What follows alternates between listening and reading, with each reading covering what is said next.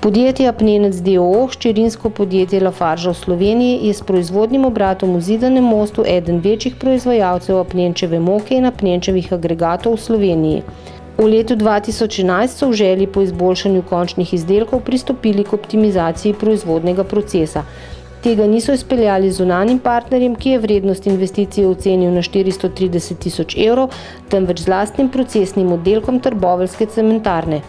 Z lastnim znanjem in zgolj 5 tisoč vloženimi evri so mlin in celotno postrojenje optimizirali do ravni, primerljivi najnovejšim trendom mlevskih procesov.